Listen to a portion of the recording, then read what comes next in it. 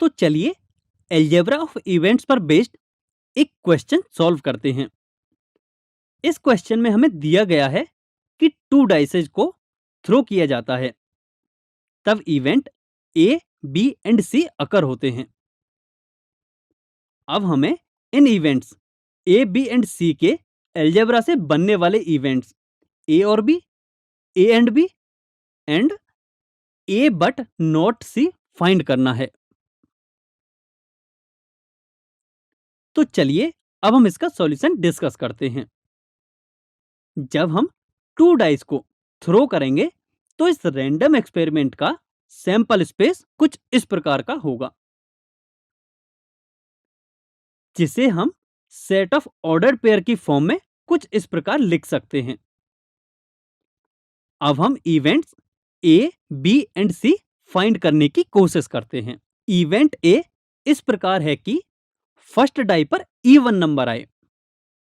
अब sample space में देखें तो इन सभी ऑर्डर्ड पेयर में फर्स्ट नंबर इवन है, तब इवेंट ए इन सभी ऑर्डर्ड पेयर्स के सेट के इक्वल होगा। अब इवेंट बी की बात करें तो यह इस प्रकार है कि फर्स्ट डाई पर ऑड नंबर आए। अब सैंपल स्पेस में देखें तो इन सभी ऑर्डर्ड पेयर्स में फर्स्ट नंबर ऑड है, सो इवेंट बी इन सभी ऑर्डर पेयर्स के सेट के इक्वल होगा। अब इवेंट सी की बात करें तो यह इस प्रकार है कि डाइस पर आने वाले नंबर्स का सम इज लेस देन और इक्वल टू 5 है।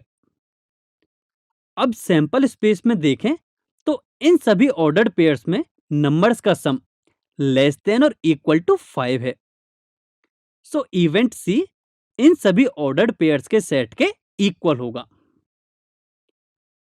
अब हमें फर्स्ट इवेंट ए और बी फाइंड करना है, अर्थात हमें ए यूनियन बी फाइंड करना है। जब हम इन दोनों सेट्स का यूनियन फाइंड करेंगे तो हमें यह कुछ इस प्रकार मिलेगा, जो सैंपल स्पेस के इक्वल ही है। So A union B sample space के इक्वल होगा। अब नेक्स्ट पार्ट में हमें A and B event find करना है, अर्थात हमें ए इंटरसेक्शन बी फाइंड करना है, जिसका मतलब है कि हमें इस सेट और इस सेट का इंटरसेक्शन फाइंड करना है। हम यहां क्लियरली देख सकते हैं कि इन दोनों ही सेट्स में कोई भी ऑर्डर्ड पेयर कॉमन नहीं है, तो यहां से हम कह सकते हैं कि A intersection B is equal to 5, अर्थात event A and B impossible event है। अब हमें थर्ड में event A but not C find करना है, अर्थात हमें ए माइनस सी फाइंड करना है, जिसका अर्थ है कि इस सेट के जो भी ऑर्डर्ड पेयर्स प्रेजेंट है उन्हें हटाना है। जब हम ऐसा करेंगे तब हमें ए माइनस सी इन सभी ऑर्डर्ड पेयर्स के सेट के इक्वल मिलेगा। आई होप आप सभी को यह अच्छी तरह से समझ में आ गया होगा कि अलजेब्रा ऑफ इवेंट्स कैसे वर्क करता है।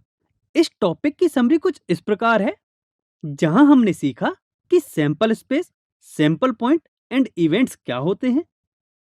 इसके बाद हमने इवेंट्स के डिफरेंट टाइप्स के बारे में सीखा, एंड इस टॉपिक के लास्ट में हमने इवेंट्स पर होने वाले अलजेब्रिक ऑपरेशंस के बारे में सीखा।